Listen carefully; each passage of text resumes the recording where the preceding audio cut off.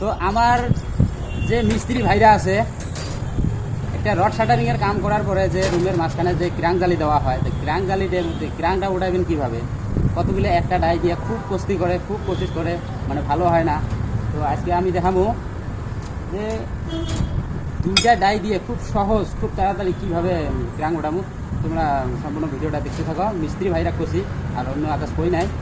মিস্ত্রি ভাই কীভাবে উঠাইবেন তা এই নিচের দিকে দেখো। তলের রডের বরাবর উপরে ডাই একটা খাসা নেবেন, তারপরে 2 ইঞ্চি ফাঁকে আর একটা ডাই ধরবেন, ধরার পরে এইভাবে লাই করে টান দেবেন। দেখো খুব সুন্দর একটা এল টাইপ হয়ে গেছে। দেখতে থাকো কীভাবে উঠাই। হ্যাঁ, ধরো ধরো, ভালো করে ধরো। হ্যাঁ,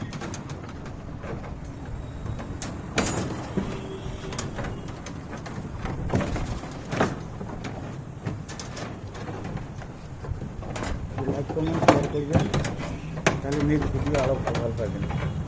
অপেক্ষা থাকো, সবাই ভিডিও দিয়ে লাইক করবেন। তো দেখো কত সুন্দরভাবে উঠাইলাম, দেখতেও ভাল লাগে, খুব ভালো হয়। দুইটা ডাইয়েরে ক্রাঙ্ক ওটা খুব সুন্দর হয়।